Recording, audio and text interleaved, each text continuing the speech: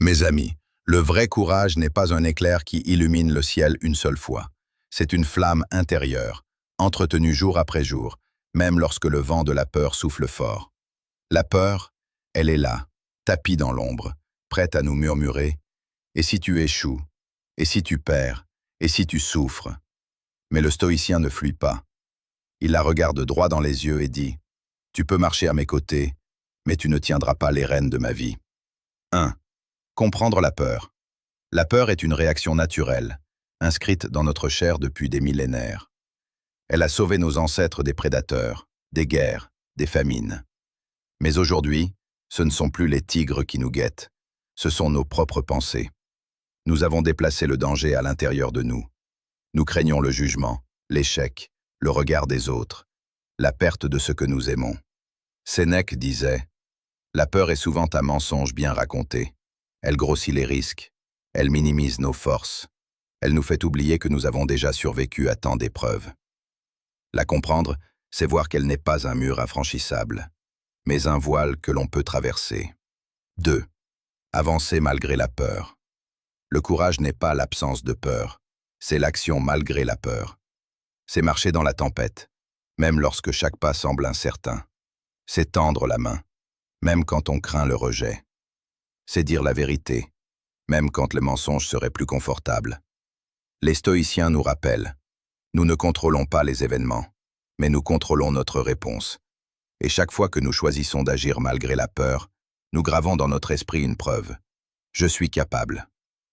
Le courage se construit comme un muscle, par la répétition d'actes, petits ou grands, qui défient nos limites. 3. La dignité comme boussole. La dignité n'est pas l'orgueil, ce n'est pas l'arrogance, c'est la certitude tranquille que, quoi qu'il arrive, nous resterons fidèles à nos valeurs. Marc Aurèle écrivait « La dignité, c'est refuser de se trahir soi-même, même si le monde entier choisit la facilité. C'est préférer perdre avec honneur que gagner par compromission. C'est comprendre que la victoire la plus importante est celle que l'on remporte sur soi-même. » 4. Le courage au quotidien. Le courage au quotidien. On croit souvent que le courage se manifeste dans les grandes batailles. Mais il se joue dans les gestes simples. Se lever un matin alors que tout semble perdu. Pardonner à quelqu'un qui nous a blessés. Défendre un collègue injustement critiqué. Dire non à ce qui trahit nos valeurs, même si cela nous coûte. Chaque jour, nous avons l'occasion de pratiquer ce courage discret. Et chaque fois que nous le faisons, nous devenons plus forts, plus libres, plus vivants. 5. Transformer la peur en allié. Le stoïcien ne cherche pas à détruire la peur. Il l'utilise comme un signal. La peur nous montre ce qui compte vraiment. Si quelque chose nous effraie, c'est souvent parce qu'il touche à nos désirs les plus profonds ou à nos valeurs les plus chères. Alors, au lieu de fuir, demandons-nous « Pourquoi ai-je peur? Qu'est-ce que cela révèle de moi ?» Et avançons, non pas pour prouver aux autres que nous sommes forts, mais pour nous prouver à nous-mêmes que nous sommes libres. 6. L'acceptation stoïcienne. Les stoïciens enseignent l'amor fati, l'amour du destin. Cela ne veut pas dire se résigner. Cela veut dire accueillir chaque épreuve comme une occasion de grandir. Épictète dit « Le courage, c'est aussi cela. Ne pas gaspiller notre énergie à maudire ce que nous ne pouvons changer, mais investir toute notre force dans ce que nous pouvons transformer. » 7. L'appel à l'action. Alors, aujourd'hui, je vous le demande. Qu'allez-vous faire de votre peur?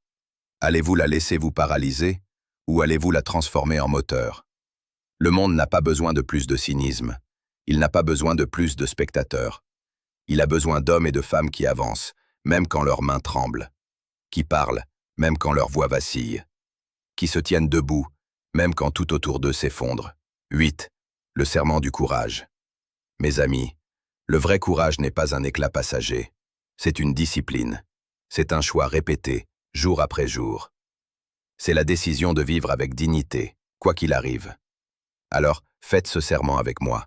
Souvenez-vous, la peur est un visiteur, le courage est un compagnon, et la dignité est notre héritage. Avancez, toujours.